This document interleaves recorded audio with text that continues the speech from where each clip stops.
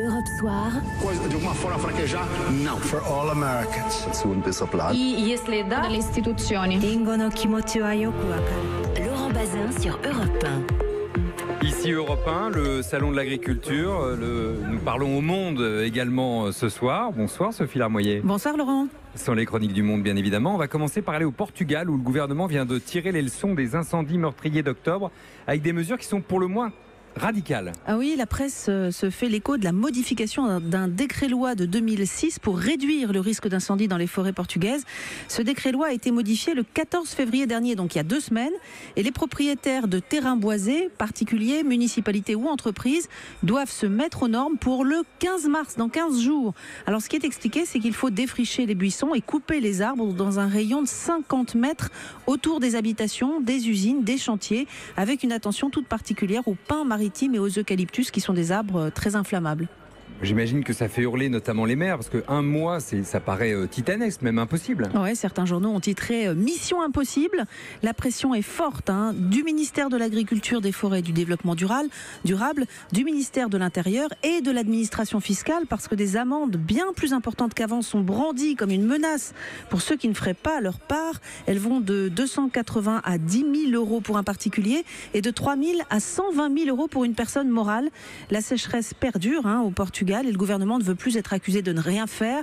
Tout le monde reste très traumatisé par les 36 morts du mois d'octobre qui s'ajoutaient au bilan terrible des incendies de juin. Vous vous souvenez, ils avaient fait 64 victimes, donc plus de 100 morts en 2017.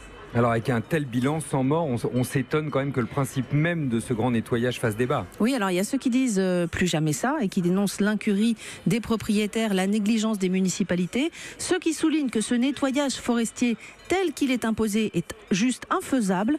Et puis il y a ce journaliste du quotidien Diario de Noticias qui fustige la panique qui s'est emparée de tous. Il lisait des infos contradictoires. Alors qu'est-ce qu'il a fait? Il est allé lire le décret lui-même, décortiquer son charabia administratif pour découvrir, figurez-vous, que ces fameux 50 mètres alentour, c'est la zone de responsabilité d'un propriétaire autour de sa maison.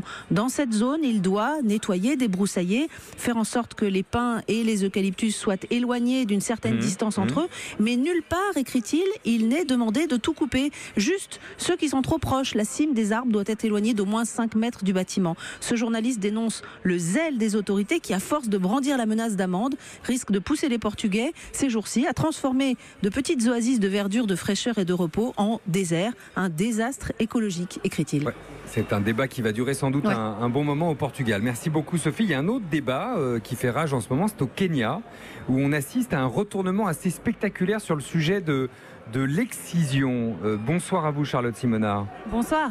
Vous êtes à Nairobi pour Europe 1. L'excision, elle a été interdite au Kenya il y a 7 ans, mais une femme médecin vient de saisir la justice pour obtenir un retour en arrière. Eux non, tenez-vous bien, du droit des femmes à disposer de leur corps. Qui est-elle ?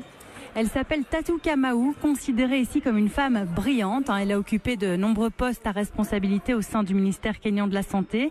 Et cette femme considère donc que l'excision doit être un droit, au même titre, dit-elle, que le droit de fumer ou de boire de l'alcool.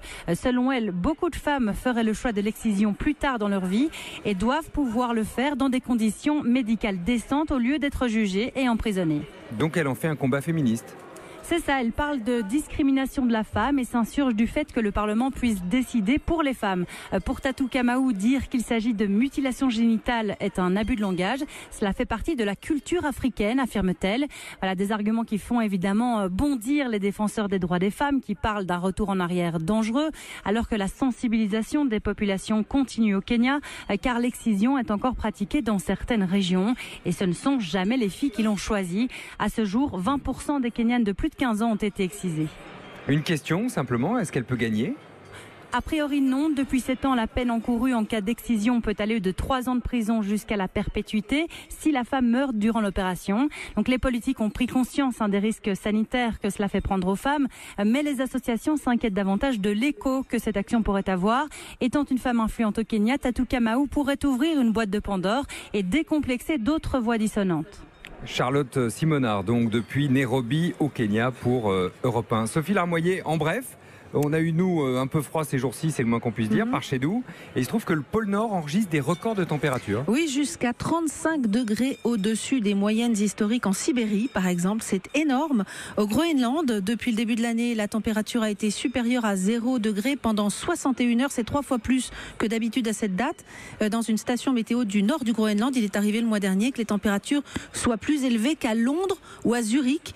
Alors qu'il fait nuit tout le temps en plus en ce moment. Ça inquiète beaucoup les scientifiques qui expliquent que l'Arctique a toujours été considéré comme un baromètre. Et là, il semblerait que l'Arctique nous envoie un avertissement très clair.